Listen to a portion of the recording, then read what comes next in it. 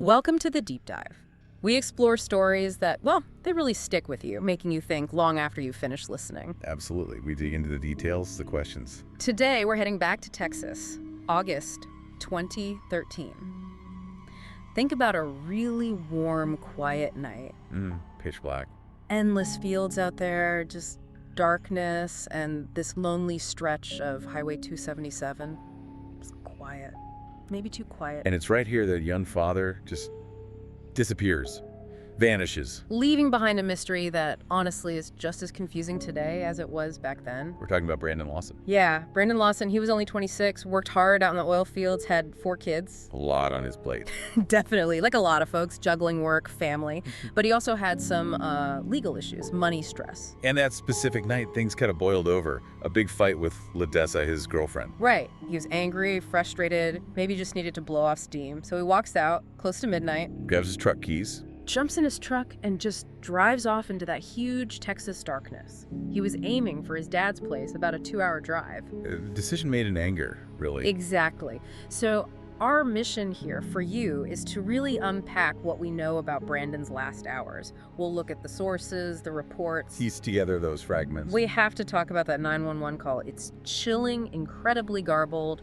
It basically turned a breakdown into, well, a nightmare. Yeah, it's central to everything. We'll look at the disappearance itself, the questions that lingered for years, and then that big discovery. A discovery that maybe raises more questions than it answers. Right. We want to give you that clear, concise picture, those aha moments, without you having to wade through tons of information. So let's get started. Okay. So Brandon's driving, alone, angry. Then maybe 40 minutes in, near a little town called Bronte, his truck just dies. Runs out of gas, just sputters to a stop. Can you imagine? You're already upset. And now this, stranded, miles from anywhere. On a highway where at that time of night, you wouldn't see many cars at all. Total isolation, pretty much. But it wasn't just about being stranded, was it? No, not at all. That's when he makes the call. This is where it gets really, really unsettling. It's 12:50 a.m. Brandon calls 911. And that recording, it's haunting. Very hard to understand. Yeah, the audio quality is terrible. Yeah. It's static. His voice sounds frantic, shaky. Definitely distressed. The operator keeps asking him to repeat himself, trying to get the details. But it's broken up, garbled. Yet some words do come through pretty clearly, actually. Key phrases. He says, "Yes, I'm in the middle of a field. My truck ran out of gas." Okay, that part makes sense. Standard stuff so far. But then, there's one car here. I ran into them. I need the cops. And that's the pivot. Yeah. Everything changes with those words. I ran into them, plural. Need the cops, not just a tow truck. Exactly. Yeah. Suddenly, it's not just a guy out of gas, Yeah. it sounds like. Yeah. Well, like a confrontation, an incident, someone dangerous. Who's them? Did he literally run into another car? Or run into people? That ambiguity is maddening. Run into could mean encountered, stumbled upon, or collided with. Whatever it meant, his tone, the plea for police, it suggests serious trouble, something way beyond a simple breakdown. For investigators listening to that, alarm bells are ringing. This isn't search and rescue anymore, maybe. This could be something criminal. And his next action kind of backs that up, doesn't it? Straight after the 911 call. He calls his brother Kyle. Right, and according to Kyle, Brandon sounded absolutely terrified on that call, said he was being followed, that people were after him. He used the phrase "in a bad situation," I believe. Much clearer than the 911 call. So Kyle does what any brother would do. Jumps in his truck, heads out there immediately. Now, think about that from an investigative angle. You have one call, garbled, to 911. Another, clearer but still panicked, to family. How does that shape the initial picture? Well, the call to Kyle reinforces the threat idea much more strongly. It's less ambiguous. It suggests Brandon perceived immediate danger from other people. But Kyle arriving first. That complicates things too, right? Scene preservation and all that. It absolutely can. Look, Kyle's instinct is to help his brother find him. That's completely understandable. But it means the scene isn't pristine when law enforcement arrives. He's looking around, touching things maybe. Potentially. It's Yeah. always a challenge. You need information. Family's often the first source. But you also need untouched evidence. It's a tough balance. So Kyle gets there. What does he find? Brandon's truck. Right where Brandon said it would be. Right. But it's empty. Abandoned. And significantly, it's locked. Locked. Oh. Gas tank empty, just like Brandon said. But Brandon himself, Yeah. gone. vanished. Gone, leaving his brother standing there by an empty truck on a dark highway, chilling. Absolutely. So the police show up not long after Kyle. They start searching the area with him. Right, standard procedure. Secure the vehicle, start canvassing the immediate vicinity. And they bring in tracking dogs pretty quickly, hoping to pick up a scent trail. Canine units are crucial in these situations, especially in rural areas. And the dogs did find something initially. They picked up Brandon's scent. Okay, so that's promising. They followed it for about a quarter of a mile, leading away from the truck into a nearby field. Into the field, he mentioned in the 911 call. Exactly. Yeah. But then, poof, the scent just stopped.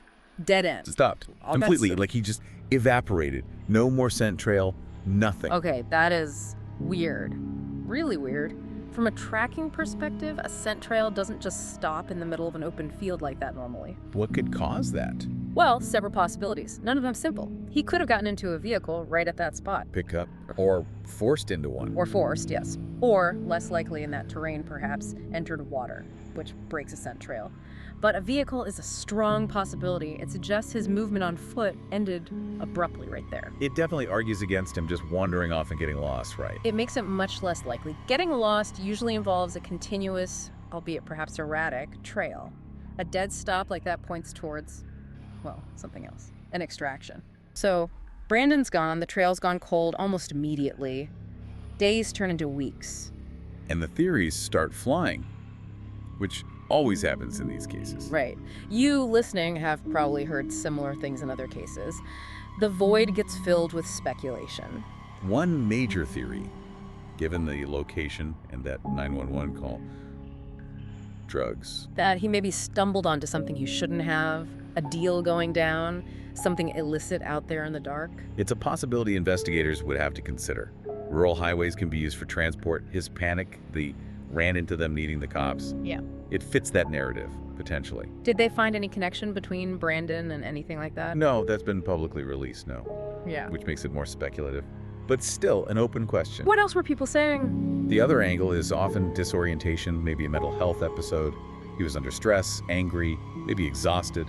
Something snapped. Could he have been hallucinating, paranoid, maybe influenced by something? It's another theory you have to entertain. People under extreme duress can behave erratically, wander off. Begin. The call to Kyle. The call to Kyle. He sounded scared, yes, but also specific. Being followed. That points away from just simple confusion. It suggests an external threat, whether real or perceived. So many possibilities, but zero proof for any of them back then. Exactly. That's the frustration. No body, no witnesses, no confession. Just absence. And his poor family, they searched for years, non-stop. Heartbreaking efforts. Police kept the case open. Volunteers searched. They threw everything at it. Helicopters, thermal imaging cameras, cadaver dogs searching for remains, combing that huge, rough Texas landscape. Over and over again in many cases. And for almost 9 years, nothing. Just silence. An absolute cold It case. seemed like he truly vanished without a trace. Until 2022, almost 9 years down the line. A long, long time. Some contractors were working out in a remote area, pretty rugged terrain, but importantly, near where Brandon disappeared all those years ago. And they found something. They found human remains. Oh, wow. After all that time. Imagine getting that news if you're his family. That mix of dread and maybe a sliver of hope for answers. Utterly agonizing. DNA tests were done, and eventually the confirmation came. It was Brandon. It was Brandon. After almost a decade of searching and wondering, his remains were finally found. So closure. The end of the mystery. No, that's the thing. If you think finding him solved it all, think again. Because finding Brandon, while confirming his death, didn't really answer the biggest questions. In some ways, it just made them louder, more perplexing. Right. Finding remains in a cold case often does that. It answers the where, finally, but it opens up a whole new can of worms regarding the how and why. Exactly. Investigators now have this new, crucial piece of evidence, the remains themselves. But what condition were they in after 9 years? Exposure to the elements for that long makes determining cause of death incredibly difficult, sometimes impossible. And maybe the biggest question of all, why were his remains found there? Especially if that area had been searched before. Which it apparently had been, multiple times. Ground searches, dogs, maybe even air searches flew over it. How was he missed for nearly a decade? That is profoundly baffling. Were the initial searches flawed? Was he moved there later?